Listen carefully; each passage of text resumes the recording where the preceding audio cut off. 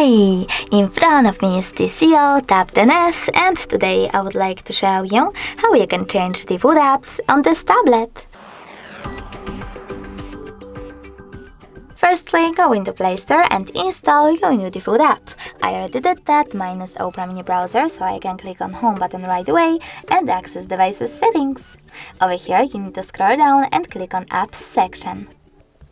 From here, you need to select the food apps and tap on one of those options. I wish to change my browser app, so I have to click on browser. That was a weird misclick on browser over here. Then tap on Opera Mini to set it up and tap on the back button. As you can see, after that, my food app has changed. Thanks so much for watching. If you enjoyed this video, don't forget to leave a like, comment and subscribe. Bye!